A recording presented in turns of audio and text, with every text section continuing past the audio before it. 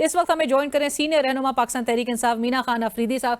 मीना साहब अस्सलाम वालेकुम, बहुत शुक्रिया हमें ज्वाइन करने के लिए। सर, सबसे पहले तो गवर्नर साहब ने चूंकि अभी तक गंडापुर साहब का इस्तीफा मंजूर नहीं किया, तो फिर पीटीआई को इतनी वाकई में जल्दी क्यों थी? 2 रोज इंतजार भी किया जा सकता था। ये यूनिलिटरल होता है, इसमें एक्सेप्टेंस की कोई बात नहीं होती, तो वो ऑटोमेटिकली जो है वो एक्सेप्ट हो जाता है और उसके बाद जो है फिर आगे मामला चल पड़ता है। लेकिन आप इंटेंशंस को देख के कि इस्तीफा वहां पे गया और गवर्नर मौसूफ ने जो है जो हमेशा से हर्जा सराई करते रहे पीटीआई के खिलाफ और अली अमीन साहब के खिलाफ, उन्होंने इनकार ही किया कि मुझे इस्तीफा ही वसूल नहीं हुआ। जिसके बाद हमने एक दूसरा इस्तीफा उनको उसकी कंफर्मेशन के लिए अरसाल किया और उसको हैंड रिटन भी लिखा ताकि कोई इबहम ताकि कोई इबहम ना रहे। और फिर उन्होंने कहा कि इसमें मैं कुछ भी निकाल सकता हूं। जब बिल्कुल उनको पता लगा, हमने शेड्यूल जारी किया, हमने प्रॉपर दिन दिया, कैंडिडेट्स को जो है वो मदऊ किया, तो आखिरी दिन उन्होंने कहा कि दोनों इस्तीफों में जो है वो साइन का वो है। अब मौसूफ को ये पता नहीं है कि वो एक दफा ऑलरेडी उससे इनकार कर चुके हैं एक इस्तीफे से। जब आप इनकार कर चुके हैं, जब आप कह रहे हैं कि मेरे पास इस्तीफा ही नहीं है, तो आप कैसे मैच कर सकते हैं दोनों इस्तीफों को? अली अमीन साहब ने न सिर्फ रिटर्न, उन्होंने वीडियोस के ऊपर मीडिया के साथ बात करके भी दिया और आज on the floor of the house भी अपने इस्तीफे की कंफर्मेशन की। तो इसके बाद कोई बहम ही नहीं रहता। फिर आज जो है वो स्पीकर साहब ने उसके ऊपर रूलिंग दी है, तो मेरे ख्याल में इसके अंदर कोई बहम नहीं है। अब ये अगर चाय के प्याली में तूफान लाना चाहते हैं तो लाए, शौक पूरा मीना साहब, एक तरफ आप लोग अदालत चले गए हैं, अब कल को चूंकि अब जाहिर है उनको हल्फ नहीं हो उठा पाए आज, आप लोग को कल को ऐसी सिचुएशन फेस करनी पड़ी जहां पे गवर्नर साहब पेशावर हाई कोर्ट या पेश नहीं हुए या फिर वो कहें कि मुझे इस इंतखाब की जो समरी है वो मौसूल नहीं हुई, फिर क्या होगा?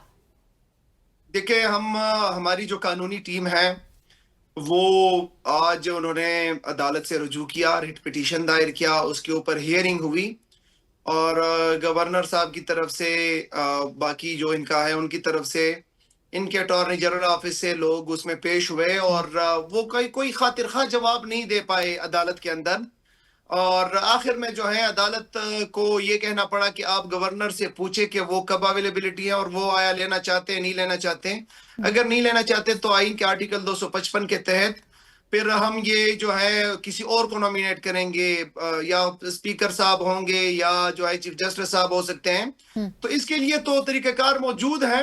हाँ, इंशाअल्लाह ताला मैं आपके सामने कहना चाहता हूँ, अब आइन के मुताबिक हम आज इलेक्शन जीत चुके हैं पूरे वोटों के साथ। ये जो कह रहे थे कि ये हो जाएगा, ये तोड़ देंगे, 20 उधर चले जाएंगे, ये हो जाएगा, इमरान खान के साथ खड़े, कोई किसी को तोड़ ना सका और ना तोड़ेंगे इंशाअल्लाह ताला। और कल इंशाअल्लाह ताला जो बाकी मानदा मुकाबला है ओथ का, वो भी हम इंशाअल्लाह ताला जीत के लेकिन मीना साहब, 26वीं आईनी तरमीम के बाद आप लोग की बड़ी सख्त तहफ़्फ़ुज़ात हैं अदालतों के फंक्शनिंग के हवाले से, जहां पर आप लोग को वो रिलीफ नहीं मिल पा रहा जो आप जिसके मुंतज़िर हैं। आपको क्या लगता है, क्या chief justice Peshawar high court वो नामजद कर सकेंगे कोई नुमाइंदा, अगर तो गवर्नर साहब की अवेलेबिलिटी अब उस हवाले से नहीं नजर आती? बिल्कुल, 26वीं आईनी तरमीम के बाद जो हम देख रहे हैं, पर्टिकुलरली जो खान साहब की केसेस है, बुशरा बीबी की, बाकी असीरान की, या बाकी जो चीजें हैं उसके हवाले से आप देख रहे हैं, तो उसमें तो हमें इंसाफ दिखाई देता हुआ दिखाई नहीं दे रहा। और मुझे उम्मीद है कि कल पेशावर हाई कोर्ट से जो है इंसाफ होगा इंशाअल्लाह ताला। हम रिलीफ नहीं कहेंगे, इंसाफ कहेंगे। कल इंसाफ होगा और उसकी वजह यह है कि इस केस के अंदर कोई जान ही नहीं है। इस केस के अंदर कोई ऐसा नुक्ता नहीं है कि जिसको पकड़ के ये इसको लटका सकते हैं। उसके बावजूद भी अगर इसके बावजूद भी अगर वो करना चाहे तो इंशाअल्लाह ताला हम कम्पीट करेंगे इंशाअल्लाह। सो आप कम्पीट करने को तैयार हैं। अब जरा बताइएगा, आज जो नौ मुंतखब वजीर आला सोहेल आफरीदी साहब की जो पहली तकरीर थी, उन्होंने अपने तकरीर में जिस तरह से अफगान पॉलिसी पर नजरसानी के हवाले से जो बात कही, और जो आपको पता है कि जो मौजूदा रियासती पॉलिसी है, आप नहीं लगता कि उससे वो मुतसादिम ये बात है जहां पर वो अफगान पॉलिसी पे रिविजिट करने का बात कर रहे हैं? वो ऑपरेशन के खिलाफ बात उन्होंने की है कि हमारे होते हुए कोई ऑपरेशन नहीं होगा, जबकि DGISPR आपको याद होगा प्रेस कॉन्फ्रेंस में वो ये बात बहुत क्लैरिटी से बता चुके हैं कि अगर सूबाई हुकूमत ऑपरेशन की हिमायत नहीं करेगी तो फिर वो उनके लिए काबिल कबूल नहीं है।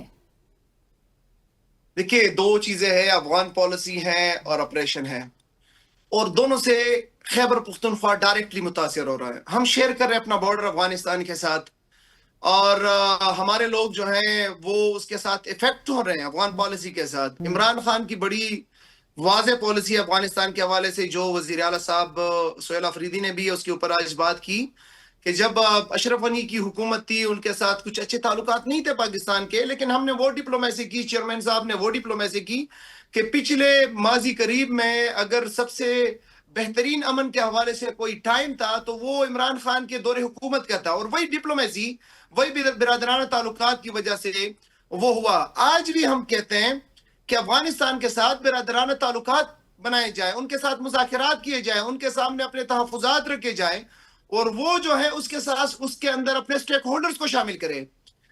हमारी जो विफाकी हुकूमत है अगर उनके साथ डायलॉग्स करती हैं, मुज़ाकरात करती है, उसमें खैबर पुख्तनख्वा की हुकूमत को शामिल करे, हमारी कबाइली अमायदीन को शामिल करे, उनके अमायदीन को शामिल करे, तो मुझे उम्मीद है इंशाअल्लाह ताला, क्योंकि बॉर्डर के उस पार भी कबाइल रहते हैं, इस पार भी कबाइल रहते हैं, पुख्तून रहते हैं, तो उनको उनके रस्म रिवाज एक जैसे हैं और वो बात को जो है समझना जानते हैं, उनको उनको आगे जो है ले जाना जानते हैं। तो मुझे उम्मीद है इंशाअल्लाह ताला इससे, और उन्होंने बड़ी बड़ी रिक्वेस्ट करके कहा कि मैं अपने एस्टेब्लिशमेंट से भी कहता हूं, अपने विफाकी हुकूमत से भी कहता हूं कि ये मेरा सूबा है, यह लोग मेरे हैं, मेरे लोग मर रहे हैं, मेरे लोग इफेक्ट हो रहे हैं, तो आप लोग ऐसा नहीं कर सकते कि जिसकी वजह से ये बॉर्डर के क्रॉस जो है ये मामला। तो नंबर 2 जो ऑपरेशन की बात है, देखिए पहली बात तो ये है कि दुनिया के अंदर आप देखें, आप जितना भी करें, ये इमरान खान का स्टांस रहा है 2009-11 के बाद,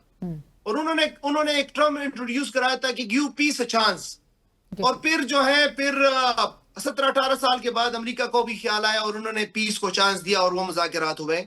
दुनिया के अंदर आप जहां पे भी जाएंगे, at the end of the day आप जो है टेबल के ऊपर बैठते हैं, तो ये हल नहीं है, ऑपरेशन इसका हल नहीं है। ऐसे में जो वफाक और स्टैब्लिशमेंट के साथ जो एक वर्किंग रिलेशन होनी चाहिए, क्योंकि उनकी सपोर्ट के बगैर तो आप खैबर पख्तूनख्वा में नया सेटअप जो है वो कैसे चलाएंगे, ये एक बहुत बड़ा सवाल होगा आप लोगों के लिए। सो उसके लिए कोई पहल आप लोग की तरफ से, कोई फ्लेक्सिबिलिटी का भी मुजाहरा किया जाएगा?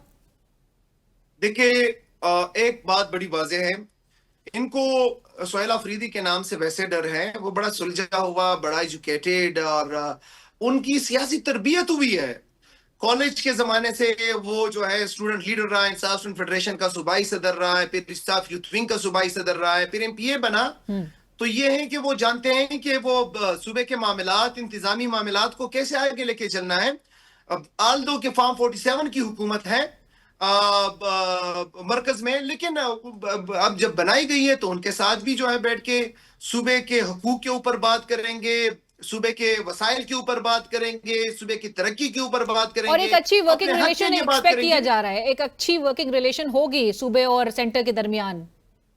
देखिए मैं तो आपको यही कह रहा हूं कि जहां पे सूबे की हक की बात होगी, जहां पे सूबे की वसाइल के ऊपर बात होगी, जहां जो है हमारे एनएफसी की बात है, अमन अमान की बात है, तो हम तमाम स्टेक होल्डर से बैठेंगे, उनके साथ भी बैठेंगे, बाकी लोगों के साथ भी बैठेंगे। क्योंकि मीना साहब एक बात जरूर की जा रही है इवन ऑपोजिशन की वहां की तरफ से कि सोहेल अफरीदी साहब बड़े ना तजुर्बेकार हैं, उनको तजुर्बा उनका नहीं है। आपकी इवन पार्टी के कुछ रहनुमाओं से जिनसे मेरी बात हुई तो वो कहते हैं कि उनको बहुत जल्दी जल्दी चीजें सीखनी पड़ेंगी, उनका तजुर्बा इतना नहीं है। सो उनके लिए एक चैलेंज जरूर होगा, लेकिन हम भी उम्मीद करते हैं और ऑल द बेस्ट। ये अगर ट्रांजिशन जो है जिस तरह से एक स्मूथली होता हुआ दिखाई दे तो सोहेल अफरीदी साहब सूबे के हक में भी बेहतर फैसले करें। पर thank you so much Meena साहब, बहुत शुक्रिया। प्रोग्राम में वक्त हुआ एक ब्रेक का, हमारे साथ रहिए।